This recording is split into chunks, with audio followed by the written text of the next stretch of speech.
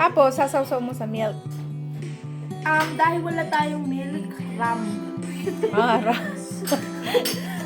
Dahil bawal tayong mangialam ng milk. Kailangan natin ng ram. Pwede namang ram. Pwede namang milk. Yeah, pwedeng milk and ram. Tapos, balik lang natin ulit dun sa Siyempre, Sausaw ang biskwit sa gatas. Sa ram. sarap. Tapos pag na-shape na, siyempre, kahit ano.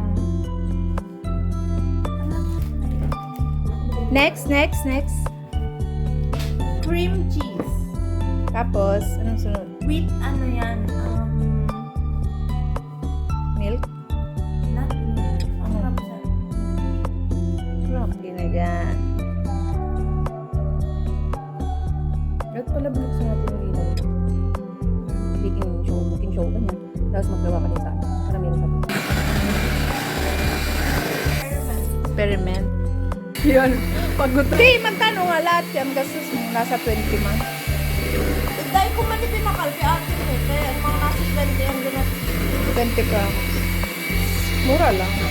Yan, pupunuin mo na yan. Yes. Kailangan punong-puno yan.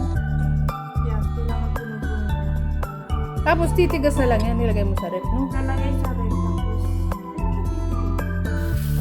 Ang gelatin sa malamig na water. Tapos, anong gagawin mo dyan? Matunaw yan? Lalagay mo na lang doon? Ha?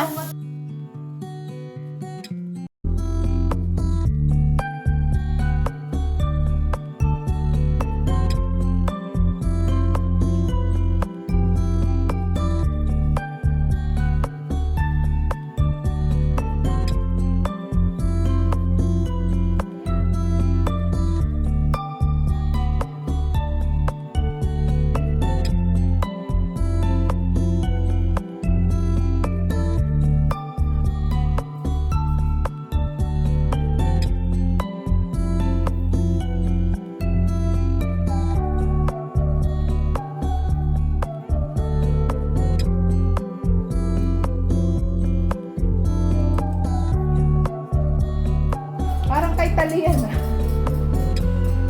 sa itong pamilya yan? Yeah. Luto na. Wala nga tulong na tulong. Kailangan tunaw yung gelatin. Not gel.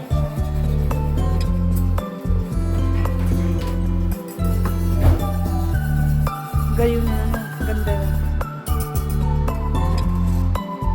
Alin dyan? Yan ang ilalagay. Ay, kala ko itong tubig. Yan pala, para malambot yung gelatin. Hindi mo pala lalagay yun. Akala ko lahat to. No. Pinuula lang sa sa dito kaya. Day pa siya day. Diba? Yeah, kaya ikakalbo na siya para magtagas na siya.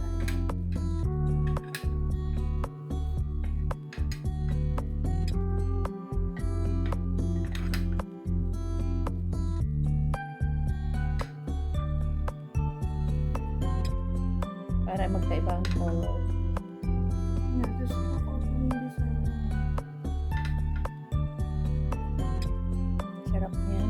Di ba masarap yung biscuit na yan, di ba? Sa ano? Ang ginawa mo, ganyan na biscuit. Masarap.